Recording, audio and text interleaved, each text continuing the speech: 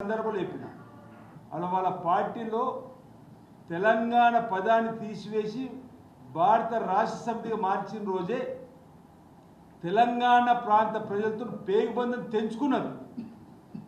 ఇంకా అలాంటి వీళ్ళు మళ్ళీ ఇంకో రోజు ఏదో నలుగురు ప్లాన్ ఉందంటున్నట్ట.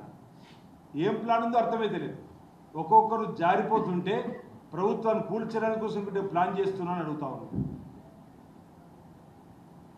ఇప్పటికైనా ఇప్పుడు మంచి పనులు చేస్తున్నటువంటి రేవంత్ రెడ్డి గారి సర్కారుకు మీరు తగిన సూచనలు సలహాలు ఇచ్చి ముందుకు పోవాలి తప్ప ఈ విధంగా మీరు మీ 10 సంవత్సరాల అయ్యేవాళ్ళు చేసినటువంటి కార్యక్రమాలు ఏవో గొప్పవన్నట్టు మీరు రాగానేమో వ్యతిరేకమైన ప్రజాస్వామ్యాన్ని మీకు కూల్ చేస్తున్నట్టుగా మాట్లాడే మాటలు ప్రజలందరూ కూడా గమనిస్తున్నారు.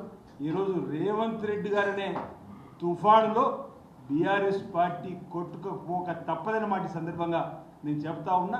తప్పనిసరిగా ప్రజలకు ఇచ్చిన హామీలన్నీ అమలు చేస్తూ ముందుకు సాగుతాం. ఒకటొకటి ఈరోజు కాంగ్రెస్ పార్టీ ఇచ్చిన మాటకు కట్టుబడి ముందుకు సాగుతుందని చెప్పి సందర్భంగా తెలియజేస్తా ఉన్నాను.